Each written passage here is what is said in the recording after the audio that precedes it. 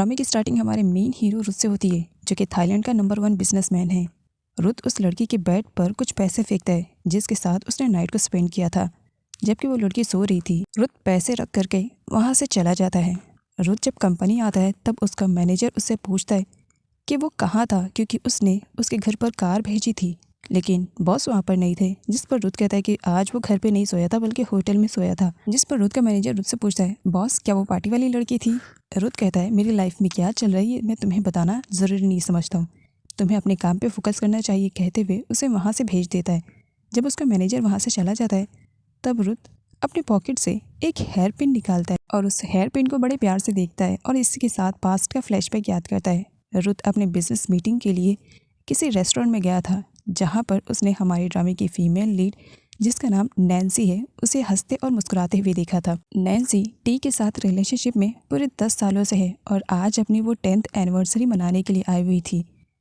लेकिन यहाँ पर नैन्सी को धक्का लगता है जब टी उससे कहता है कि वो उससे ब्रेकअप कर रहा है। नैन्सी जब टी से रीज़न पूछती है कि अचानक से वो उससे ब्रेकअप क्यों कर रहा है, जबकि वो लोग पिछले 10 सालों से रिलेशनशिप में। टी भद्दा सा बहाना बनाता है, मुझे अपनी लाइफ में कुछ करना है और इस रिलेशनशिप में मैं कुछ नहीं कर पाऊंगा। अच्छा रहेगा कि आज से तुम्हारे और मेरे रास्ते अलग हो जाए, मैं तुमसे ब्रेकअप करता हूँ। एक्चुअली टी के लाइफ में कोई सोने के अंडे देने वाली मुर्गी आ गई है, इसी वजह से वो नैन्सी से ब्रेकअप करता है।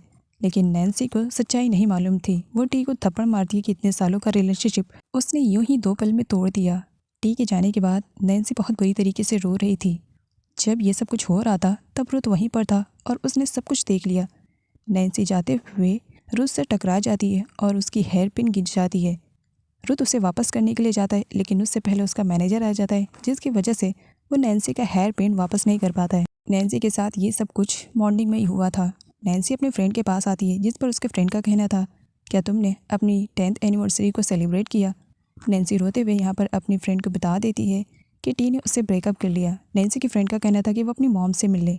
नैन्सी की लाइफ में सिर्फ और सिर्फ उसकी मॉम ही है और वो भी अक्सर बीमार रहा करती हैं। नैन्सी को अपनी मॉम के इलाज के लिए पैसों की ज़रूरत थी, इसी वजह से टी के साथ मिल करके उसने एक इंग्लिश क्लासेस ओपन करने का डिसाइड किया था और उसे मालूम पड़ा कि आज टी ने डिपॉजिट किए हुए पैसे भी निकाल लिए थे। इस वजह से टी ने पैसे निकाल लिए थे क्योंकि उसकी लाइफ में जो सोने के अंडे देने वाली मुर्गी आई थी, उसे फंसाने के लिए उसे कुछ पैसों की ज़रूरत थी। नैन्सी को इस वक्त पैसों की बहुत ज़्यादा ज़रूरत थी, उसे न्यू जॉब चाहिए थी। इसी वजह से वो ली से रिक्वेस्ट करती है कि आज रात सिर्फ और वो उसकी मॉम की केयरिंग के लिए हॉस्पिटल में रुक जाए, जिस पर उसकी फ्रेंड ली रुकने के लिए तैयार हो जाती है। लेकिन साथ ही वो नैन्सी से कहती है कि वो अब क्या करेगी, उसके पास पैसे आने के रास्ते भी जो बंद हो गए हैं। नैन्सी कहती है वो कुछ ना कुछ ज़रूर कर लेगी। रुत की कंपनी को बहुत बड़ा प्रॉफिट हुआ था, इसी वजह से उसके मैनेजर ने एक पार्टी को ऑर्गेनाइज किया हुआ था जिसमें सारे एम्प्लॉयज़ आते हैं और उनका बॉस रुत भी आया हुआ था। रुत कुछ इंटरेस्ट नहीं ले रहा था। रुत वहाँ से जाने लगता है, जिस पर उसका मैनेजर रोक लेता है, बॉस थोड़ी देर और रुक जाइए, उसके बाद चले जाइएगा, और मैंने यहाँ पर कुछ डांसर्स को भी बुलवाया है जो बहुत अच्छा डांस करती हैं। रुत जब उस डांसर को देखता है तो उसके तोते उड़ चुके थे, क्योंकि वो डांसर कोई और नहीं नैन्सी थी और जिसे पैसों की ज़रूरत थी, पैसों के लिए आज वो यहाँ पर डांस का काम कर रही थी। जब तक नैन्सी का डांस चलता है, रुत की नज़रें उससे हटने के लिए तैयार ही नहीं थी। रुत यहाँ पर सोचने लगता है, अभी मॉर्निंग में ही इस लड़की को मैंने किस कंडीशन में देखा था और देखो ब्रेकअप होने के बाद किस तरीके से एक डांसर का काम कर रही है। रुत जब नैन्सी को देखे जा रहा था तब उसका मैनेजर उसे नोटिस कर लेता है। मैनेजर रुत से कहता है कि अगर वो इस डांसर में इंटरेस्टेड है तब वो उन दोनों की मीटिंग करवा सकता है। रुत हाँ करता है। अगली सीन में दिखाया जाता है मैनेजर ने उन दोनों की मीटिंग का पूरा इंतजाम कर दिया था। नैन्सी डरी हुई थी। जब वो रुत के पास जाती है, रुत उससे उसका नाम पूछता है, जिस पर नैन्सी अपना नाम कैंडल बताती है।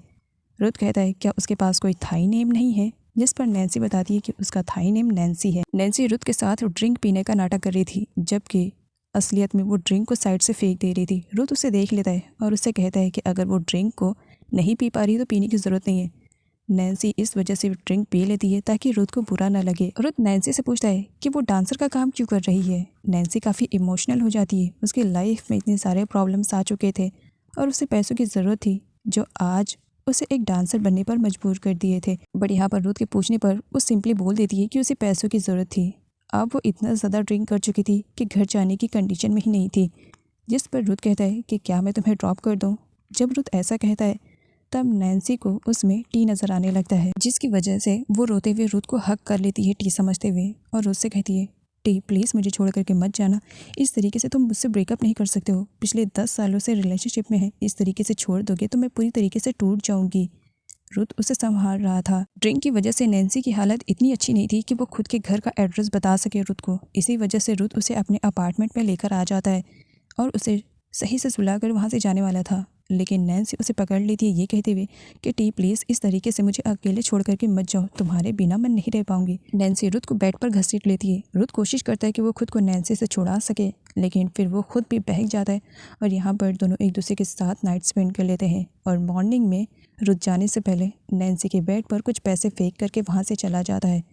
उसके जस्ट जाने के बाद जब नैन्सी उठती है तब वो रुथ को रोकने की कोशिश कर रही थी, क्योंकि वो रुथ के बारे में कुछ भी नहीं जानती थी। रुथ उसके सामने एलिवेटर में घुसता है और डोर को बंद कर देता है। नैन्सी अपनी हालत को सही करती है और सीधा मेडिकल स्टोर पहुंचती है और यहाँ पर वो कुछ मेडिसिन लेती है। डर रही थी कि कहीं वो प्रेग्नेंट ना हो जाए, जहाँ पर एम्प्लॉयज़ उसे इंस्ट्रक्शन देती कि किस तरीके से उसे मेडिसिन को खाना है। नैन्सी मेडिसिन ले करके सीधा पहुंचती है हॉस्पिटल, जहाँ पर उसकी फ्रेंड ली उसका इंतज़ार कर रही थी। नैन्सी के आने पर वो उसके कपड़े देती है कि ये लो फटाफट चेंज कर लो, तुम्हारी कंडीशन मुझे ठीक नहीं लग रही है। क्या रात भर तुम सोई नहीं हो? अच्छा ये सब छोड़ो, जाओ फटाफट चेंज कर लो, तुम्हारी मॉम तुमसे मिलना चाह रही है। और हाँ, काउंटर पे भी जा कर के मिल लेना, तुम्हारी मॉम की मेडिसिन के कुछ पैसे देने हैं। नैन्सी अपनी मॉम को हक करती है क्योंकि आज कई दिनों के बाद उसकी मॉम हॉस्पिटल से डिस्चार्ज होने वाली हैं।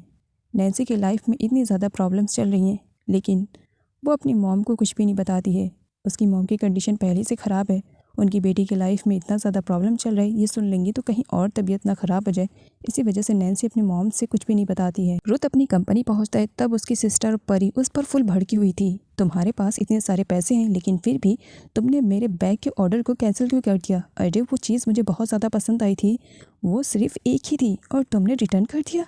अब किसी भी तरीके से मुझे वो पर्स ला करके दो, मुझे चाहिए, वो मेरी फेवरेट थी। रुथ परी को समझाते हुए कहता है कि वो पैसों को वेस्ट ना करे, क्योंकि वो बैग 2 से 3 मिलियन का है। परी का कहना था कि उसे किसी भी कंडीशन में वो पर्स चाहिए, क्योंकि उसे वो पर्स बहुत ही ज़्यादा पसंद आया है। तो वहीं पर रुथ कहता है कि वो नहीं दिला सकता है। परी कहती है तुम इस कंपनी के ओनर हो और तुम मुझे एक पर्स नहीं दिला सकते हो। रुथ कहता है मैं कंपनी का ओनर हूँ, इसका मतलब ये नहीं कि मैं कोई नोट छापने की मशीन हूँ, मेरे पास इतने पैसे नहीं हैं। परी उसे धमकी दे करके चली जाती है कि नाइट में उसे उसका पर्स चाहिए। नेक्स्ट सीन में दिखाया जाता है टी ने जिस लड़की के लिए नैन्सी को छोड़ा था वो लड़की कोई और नहीं, ली ही है। और ली शॉपिंग वगैरह में बहुत ही ज़्यादा इंटरेस्ट रखती है और टी यहाँ पर उसे शॉपिंग करवाने के लिए लेकर आया था। टी के साथ मिल करके ली ने बहुत सारी शॉपिंग की थी, वो बहुत ही ज़्यादा खुश थी और टी इस मौके को अपने फ़ायदे के लिए यूज़ करता है।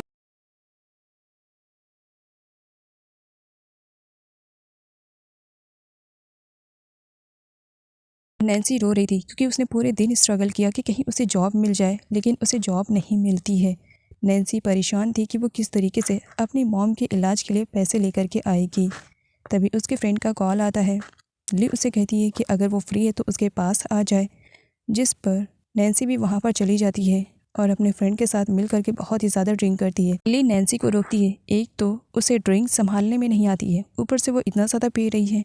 नैन्सी कहती है कि आज वो थोड़ा परेशान है, इसी वजह से पी रही है। ली के ज़बरदस्ती रोकने पर नैन्सी वॉशरूम में फ्रेश होने के लिए जाती है, जहाँ पानी के छींटे परी के ऊपर आ जाते हैं। परी को इतना ज़्यादा बुरा लगता है कि वो नैन्सी के साथ झगड़ा करने पे उतर जाती है और दोनों के बीच आर्ग्यूमेंट इतना ज़्यादा हो जाता है कि दोनों ही फाइटिंग करने वाले थे। तभी वहाँ पर नैन्सी के दोस्त आ जाते हैं और वो नैन्सी को ज़बरदस्ती वॉशरूम से बाहर लेकर के जाते हैं, जबकि परी और उसकी दोस्त नैन्सी को ढूंढ रहे थे ताकि वो लोग दोनों मिल करके उसे मार सके। लेकिन नैन्सी उनके हाथ नहीं लगती क्योंकि नैन्सी छुपी हुई थी। कई दिनों की स्ट्रगल के बाद फाइनली नैन्सी को एक कंपनी में कार होस्टिंग के लिए काम मिल जाता है और वो अपनी इस जॉब को कंटिन्यू कर रही थी। और यहीं पर ही एक बार फिर से उसकी मुलाकात रुथ से होती है। रुथ की नज़रों में नैन्सी की इमेज बुरी लड़कियों में आ जाती है। इसी वजह से वो नैन्सी से कहता है कि क्या सिर्फ वो रात के ही काम अच्छे से कर सकती है, दिन के काम नहीं कर सकती है। नैन्सी का कहना था कि वो यहाँ पर कार होस्टिंग के लिए आई हुई है और इस तरीके से जब रुथ उससे पूछताछ करता है तब नैन्सी कहती है क्या तुम मेरी जासूसी कर रहे हो? जिस पर रुथ का कहना था जासूसी तो नहीं कर रहा हूँ, लेकिन मैं यहाँ पर कार लेने के लिए आया था। तभी नैन्सी के पास एक बंदा आता है। इसी बंदे की हेल्प की वजह से आज नैन्सी को यहाँ पर जॉब मिली थी। वो उसे नाइट पे डिनर के लिए इनवाइट करता है और नैन्सी मान जाती है और रुथ को लगने लगता है कि नैन्सी ऐसी लड़की है जो कि पैसों के लिए हर मर्द के साथ सो सकती है। नाइट में नैन्सी जब घर वापस आती है तब उसकी मॉम नीचे फ्लोर पर गिरी हुई थी। नैन्सी अपनी मॉम को उठाती है। उनकी कंडीशन बहुत ही ज़्यादा ख़राब हो जाती है। नैन्सी फटाफट रात में ही अपनी मॉम को हॉस्पिटल के लिए लेकर निकल पड़ती है और रास्ते में उसकी कार का बहुत बुरी तरीके से एक्सीडेंट हो जाता है। और ये एक्सीडेंट परी की लापरवाही की वजह से हुई थी, क्योंकि परी नशे में गाड़ी चला रही थी। नैन्सी बेहोश होने से पहले परी को देख लेती है। नैन्सी जब होश में आती है तब वो अपनी मॉम के बारे में पूछती है, जहाँ पर उसे मालूम पड़ता है कि उसकी मॉम जिंदा नहीं है, वो मर चुकी है। नैन्सी पूरी तरीके से टूट जाती है। उसे संभालने के लिए वहाँ पर कोई नहीं था। इधर परी की भी हालत बहुत ही ज़्यादा ख़राब थी। वो अपनी मॉम को सारी सच्चाई बता चुकी थी। वो जेल नहीं जाना चाह रही थी। इसी वजह से अपनी मॉम और रुथ से कहती है कि सिचुएशन को किसी भी तरीके से वो लोग हैंडल करें, क्योंकि वो पुलिस स्टेशन में नहीं जाएगी। अगर पुलिस को मालूम पड़ा तो उसे जेल हो जाएगी। रुथ परी पर चिल्ला रहा था कि उसने कई बार उसे मना किया है कि नशे में होने के बाद वो कार ड्राइव ना करे, जिस पर परी का कहना था तुमसे लेक्चर नहीं मांगा है, सिचुएशन को किस तरीके से संभालोगे वो बताओ।